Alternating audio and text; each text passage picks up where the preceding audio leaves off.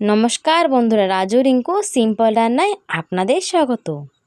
অনেক দিন পরে চলে আসলাম তোমাদের সঙ্গে শেয়ার করতে চিংড়ি মাছের আজকে সরষের তেল দিয়ে তেল ঝোল কিভাবে করি চলো তোমাদের সঙ্গে শেয়ার করি। তাই আয়সা বাবা জমিতে আসছিল, দেখে চিংড়ি মাছ বিক্রি হচ্ছে। আয়সা বাবাদের পয়সা বেশি ছিল না, তাই আয়সা বাবা এক পাও চিংড়ি মাছ নিয়ে আইছে। বলছে রিঙ্কু এর কিছু রেসিপি করো, তাই আমি একটা নতুন রেসিপি তোমাদের সঙ্গে শেয়ার করব। তোমরা প্রথম থেকে শেষ পর্যন্ত আমার এই রেসিপিটা দেখো কিভাবে আমি করি। প্রথমে আমি সে চিংড়ি মাছের মাথা ফালাই দিছি, ফালাই দিয়ে আমি সাফ করে ধুয়ে নিছি।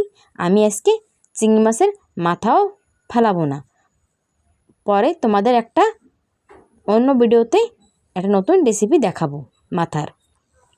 তারপরে চিংড়ি মাছ ধুয়েটি আমি দিয়ে দিলাম স্বাদ মতন লবণ, আর সুন্দর একটা কালার জন্যই দিয়ে দিলাম হলদি পাউডার। তারপরে দিলাম আমি সরষের তেল, একটু বেশি করে সরষের তেল দিয়ে আমি কিছুক্ষণ মাইখে 20 মিনিট জন্য রেস্ট রেখে দেবো, যার কারণে আমার সরষের তেল ভালো মতন চিংড়ি মাছে মিশে যাবে। তারপরে করে নিয়ে নিলাম, দিয়ে দিলাম ওতে সরষের তেল, দিয়ে সরষের তেল যখন গরম হলো আমি এক এক করে চিংড়ি মাছ দিয়ে দিলাম, দিয়ে আমি ভাজে নেব। ভাজলে সুন্দর একটা টেস্ট হয়, আমি তাই আজকে ভাজে নেব। এই যে আমার চিংড়ি মাছ দিয়ে আমি এপিট ওপিট করে লাল লাল করে ভাজে নেব। ভাজা হয়ে গেছে, এখন আমি নামাই নেব। খুবই টেস্টি লাগে এই রেসিপিটা। এই যে আমার ভাজা হয়ে গেছে, নামাই নিছি।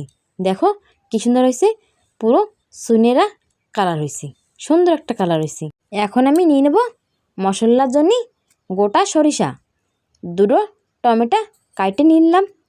তারপরে দিলাম ওতে নারকেলের কুচি, দিয়ে আমি 3টে শুকনো লঙ্কা দিয়ে একটু জল দিয়ে মিহি একটা পেস্ট বানিয়ে নেব।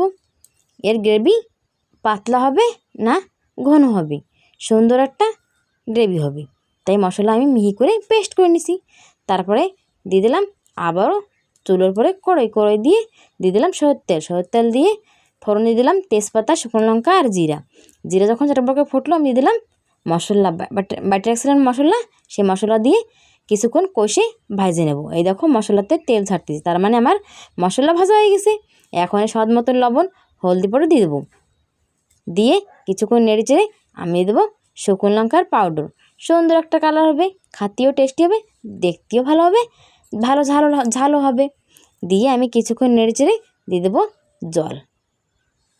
জল দেবো। জল দিয়ে আমি কিছুক্ষণ জাল করে নেব। এই জল দেওয়া হয়ে গেছে, এখন আমি জাল করে নেব।